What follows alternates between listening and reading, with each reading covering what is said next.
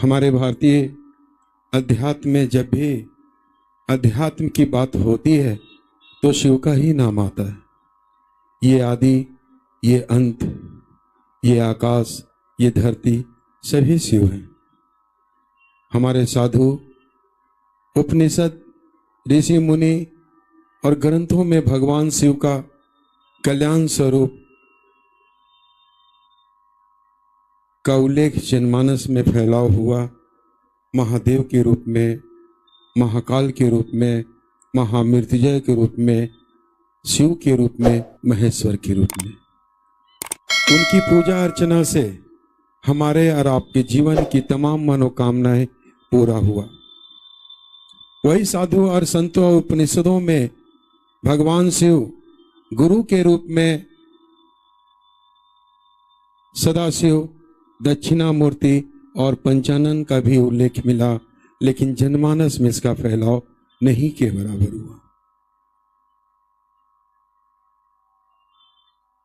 इस कालखंड के हमारे वरेण्य गुरु भ्राता साहब हरिंद्रानंद जी ने महादेव को गुरु बनाकर जनमानस में कहना शुरू किया कि जिस बाबा को, भोला को, शंकर को, शिव को, महादेव को, यहां तक कि महेश्वर के रूप में पूजा अर्चना करके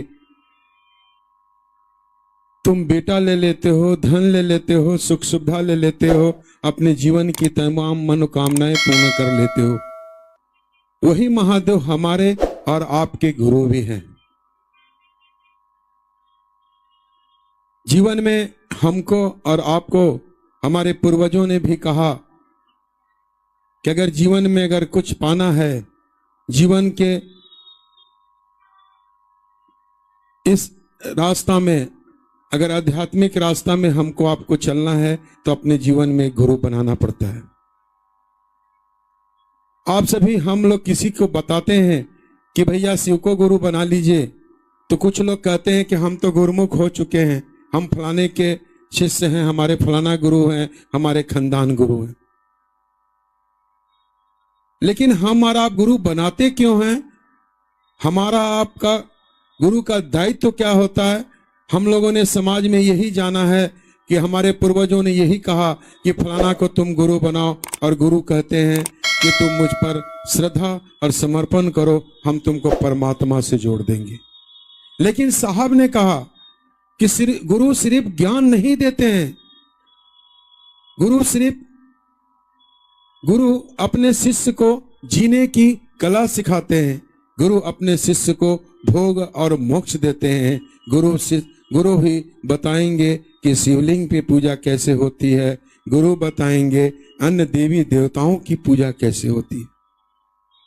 ये गुरु का दायित्व होता है। शिष्य के तल पर आकर गुरु अपने शिष्य को परमात्मा से जोड़ते हैं, ये गुरु का दायित्व है। और हमारे आपके गुरु तो शिव हैं, जिसके पूजा अर्चना बहुत सरलता और आसान से हम और आप कर लेते हैं। उनके पूजा पाठ में बहुत बड़ा खर्च नहीं है।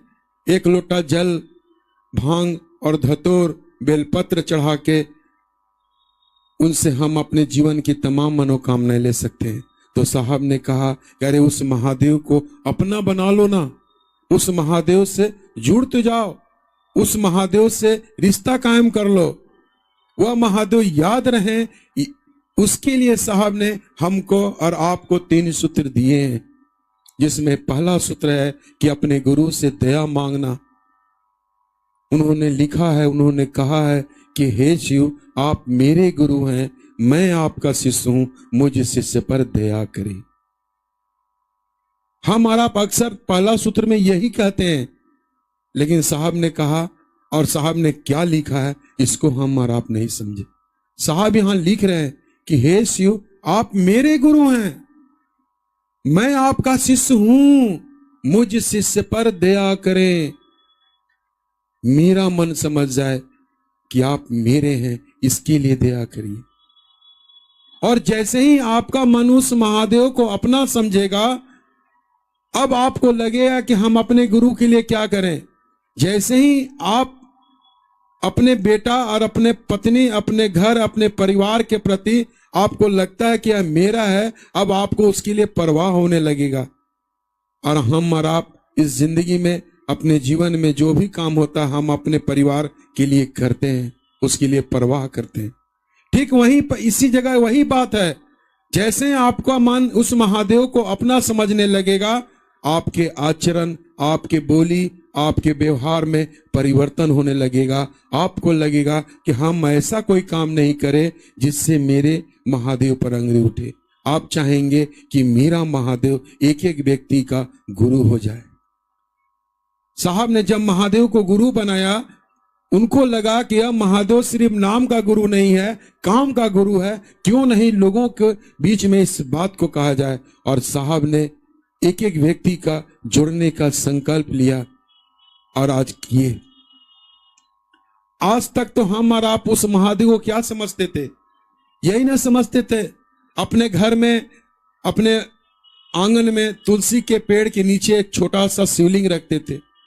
हम लोगों ने देखा कि सावन के महीना में माँ और पिताजी बाबा धाम जाना, हर सोमवारी को पूजा अर्चना करना, यही देखा। और हमने देखा कि सुबह हम भी नहाए धोआए, एक लोटा जल लिए, उस महादेव पर चढ़ा दिए। इतना ही जानते थे कि जीवन में अगर दुख या परेशानी है तो ये महादेव ठीक कर देंगे। लेकिन महादेव क्या चीज है ये तो हमको और आपको साहब ने बताया। आज इस ठंडी में आप अपने घर का सारा काम काज छोड़कर और यहाँ आके बैठे हैं, यानी आपके दिल में वह महादेव, वह साहब ने आपके दिल में महादेव कहीं न कहीं उतारा है। यानी उस महादेव के प्रति आपके दिल में एक धड़कन जग रही है, तभी आप हम आए हैं। यही धड़कन, यही आग, यही संकल्प एक एक व्यक्ति के दिल में उतारना है। साहब ने कहा कि जितना तुमने सुन समझकर शिव को अपना गुरु बनाया है, यही बात लोगों के बीच में जाकर कहो, बताओ कि शिव मेरे गुरु हैं, आपके भी हो सकते हैं। आप किसी को, सामने वाले को समझाते हैं कि भैया महादेव की पूजा करते हैं तो आप महादेव को अपना गुरु बनाइए। आप जब समझाना शुरू करते हैं तो मन एक तरफ कहता है कि हे महादेव दया करिएगा कि शिव शिष्य बन जाए। एक तरफ समझा रहे हैं, दूसरे तरफ आपका मन दया भी मांगता है, यही कुछ पूछ न दे महादेव, दया करिए कि शिव शिष्य बन जाए। और समझा भी रही हैं।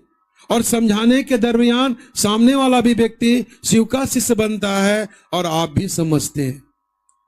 यही न पूजा है, यही न साधना है, यही नहीं योग है। जितना देर आप दूसरे को समझाते हैं, जितना देर आप गप करते हैं, उतना देर आपका मन उस महादेव के करीब तो रहता है। और साहब ने कहा है कि 24 घंटा में 12 घंटा अपना घर का काम देखिए, 8 घंटा सोते हैं, कम से कम 4 घंटा तो महादेव के परिधि में रहें। यही गुरु चर्चा, यही बात बैठकर मन में सोचना, यह गुरु का परिधि है। यानी गुरु चर्चा करना, गप करना, दूसरों को बताना। और तीसरा है कि जब उनको गुरु बनाए हैं तो नमः शिवाय से अपने गुरु को प्रणाम करना है।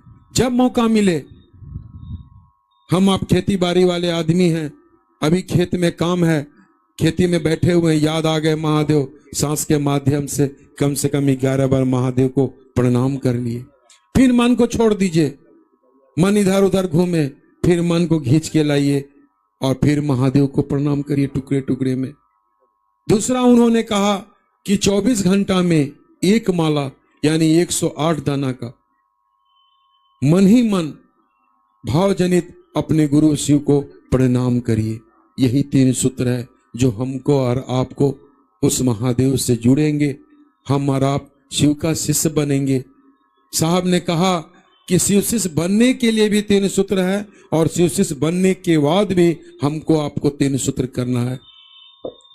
और साहब दीदी ने जो चाहा है कि एक एक व्यक्ति के दिल में शिव को उतारना है, हम और आप मिलके कंधे से कंधे मिलाकर एक एक व्यक्ति के दिल में शिव को उतारना है, एक एक व्यक्ति के दिल में वह गुरु से जुड़ना है। यही हमारा और आपका संकल्प है। चलिए इतना ही कहकर आप सबों को मेरा प्रणाम।